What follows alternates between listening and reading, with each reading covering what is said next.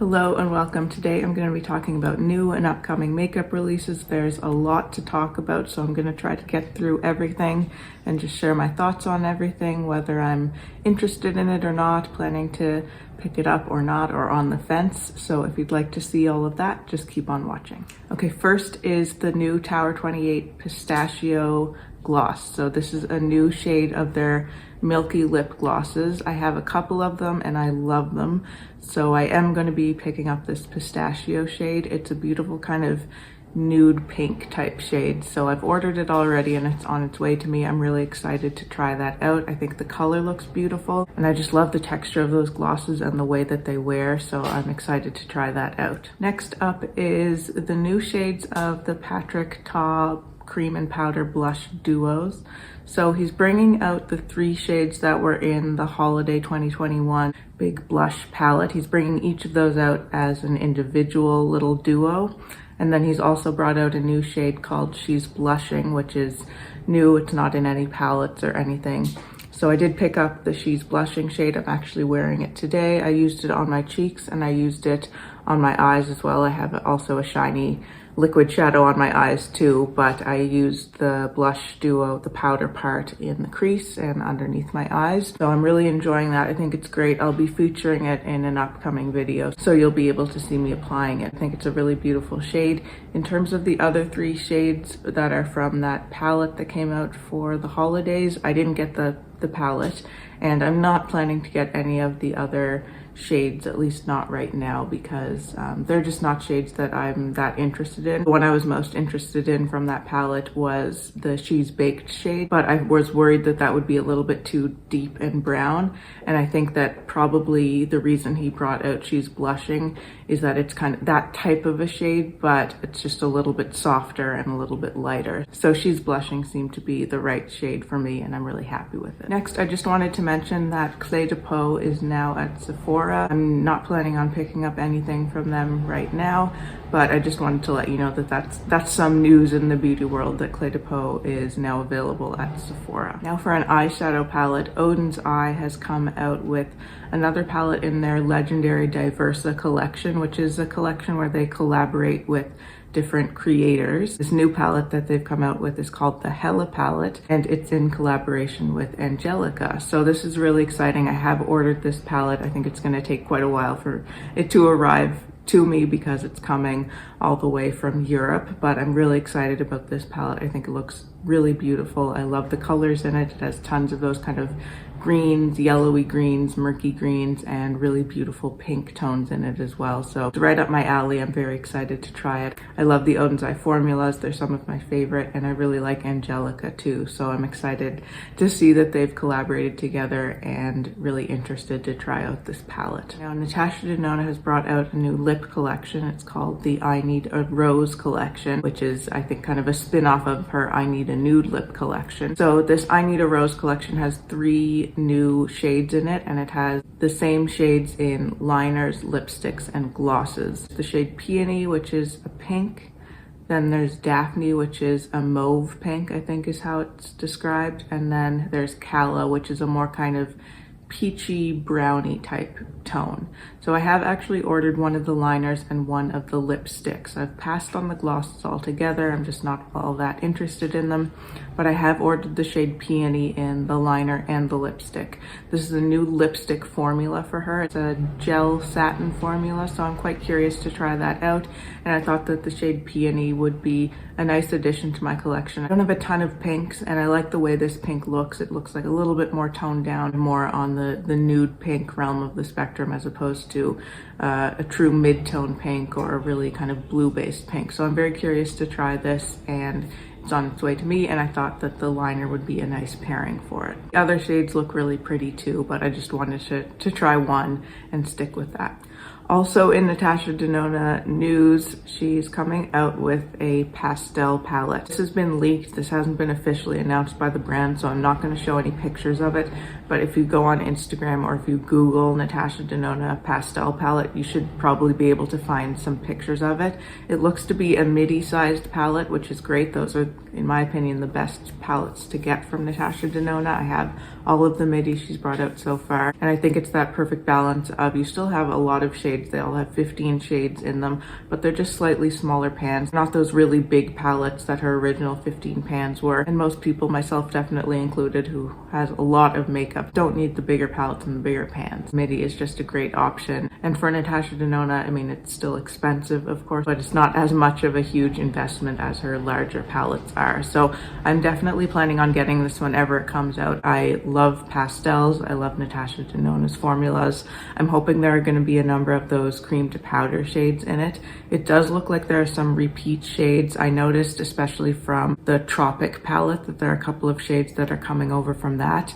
I'm hoping they're going to be better formulated, because I never got the Tropic palette, but I had heard reviews that a few of the shades in that were a little bit tricky to work with and weren't great quality. So I'm hoping that the shades she's brought over will be an improved formula, and I'm really looking forward to this palette. As I said, I just love pastels. I think it's probably going to be coming in April. I read that somewhere, so that makes sense. I think it's perfect for springtime, those pastel tones, kind of Eastery springtime vibes, so I'm really looking forward to that one. Next, I just wanted to mention that Glossier has come out with a new skincare product. It seems like kind of a skincare slash you could use it as a priming step for your makeup as well. It's called the After Balm. It looks very interesting to me. I have just bought a couple of new moisturizers, so I won't be picking this up now, but it's something that I'm going to be keeping on my list for a future option if I need a new, quite heavy, thick, really nourishing moisturizer, because this one doesn't have hyaluronic acid in it. So I think it would be a good option for my skin. I think maybe next winter would be kind of the time that I would try it, once I run out of my other moisturizers and I'm looking for something that's a little bit more heavy and thick. This next one is very exciting. Hindash has announced his new palette. So it's another palette in the same form as his original Beautopsy palette. And this new one is called the Monochromance Palette. I think that's a great name. When you look at the palette, you can see it's that same format. So you've got, I think, 6 pans. So you've got this ombre gradation across the pan, which means you have tons of different tones in each single pan. These tones look really beautiful to me, and what I'm hoping for is that it's going to come to Beautylish and it's going to be available in a bundle with the original Beautopsy palette. So I don't have any of Hindash's makeup, but I've been waiting to see what this new product would be to make my decision on whether I just wanted the new one or the older palette, or if I wanted to buy them together. And I think I would really like to try out both of the palettes and be able to hopefully buy them in a bundle. So that's what I'm going to be looking for. And then he's also been teasing something else, which I think is going to be a new lip product from him, his first lip product. We haven't seen full details on that, but he wrote when he did the post about the new palette that there's something else new coming as well, and he's been teasing a lip product. So that would be interesting. I'd have to see more details on it. It might not be something that I want to pick up right away, but I'm curious to find out more about it. There's a new concealer coming from Dior. It's the Backstage concealer, so it seems to be based on their Backstage foundation that they brought out a few years ago. I actually did like that foundation. I went through a whole bottle of it, and I'd be curious to investigate this concealer more. I haven't seen too many details on it, but the ingredients will be a factor for me, and the shade range will also be a factor in me deciding whether I want to get it. But I'll certainly be keeping an eye on it and interested in finding out more about that concealer. Now, this is something that's not really a new product, but it's a re-release of a product. Westman Atelier has re-released their Mimi blush. So it's another shade of their Baby Cheeks blush stick. It was in their holiday 2020, I think, box that they did, and then it was a limited edition and it hasn't come out as a single until now. So I have got that. I ordered it from the Westman Atelier website. The proceeds from it are going to charity, so that pushed me over the edge to actually get it. I was interested in the shade. I hadn't gotten the 2020 box. So I've had my eye on that shade for quite a while and been wanting to try it. I have it now. It arrived the other day, so I've used it a couple of times and it's really beautiful. I'll make sure to use it in a video coming up so you can see how it looks on the skin, how it applies, and I'll share my more complete thoughts on it. But I did get that and I'm really happy with it. Lisa Eldridge has sneak peeked a new shade of her Insanely Saturated lip formula on her Instagram. Looks like a really beautiful kind of pinkish red or corally red type tone. And she said it's coming out just in time for summer, so it'll be coming, I assume, in her spring release. And this will be the first time we're seeing her come out with a new Insanely Saturated shade since she first debuted the formula a couple of summers ago. It was actually, I think, 2019 summer when she came out with her pinks collection. She brought out those 4 pink shades: Go Lightly, Love of My Life, those were in the Lucent formula, and then she brought out Rainbow Spill and Skyscraper Rose in the Insanely Saturated formula. So I'll be really curious to see this new shade. It looks beautiful on her, and I wonder if she'll be bringing out more shades of the Insanely Saturated as well. But I was really happy to see that, really excited to see her bringing back this formula. I think it's an excellent formula, and I actually wore Rainbow Spill the other day. In the past, I've had a hard time discerning the difference in terms of the application and the feel of the Insanely Saturated versus her velvets. But when I was applying Rainbow Spill, I do feel that it applies a little bit more, it kind of glides a bit more than the velvets when you put it on the lips, and I think it's a little bit of a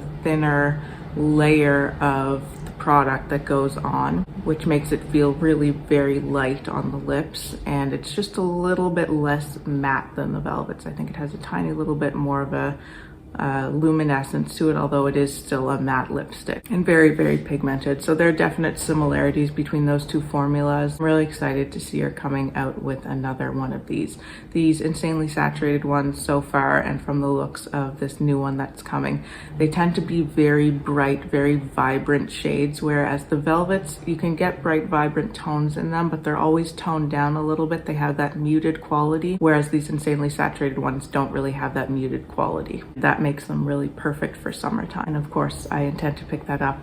I'm a completionist with my Lisa Eldridge lipsticks, so I have all the ones she's brought out so far, and I intend to get all the ones that she brings out in the future. The last thing I wanted to mention is the new Kosas foundation. So this is another product that's based on an existing product in the range, like the Dior concealer was based on their Dior Backstage foundation.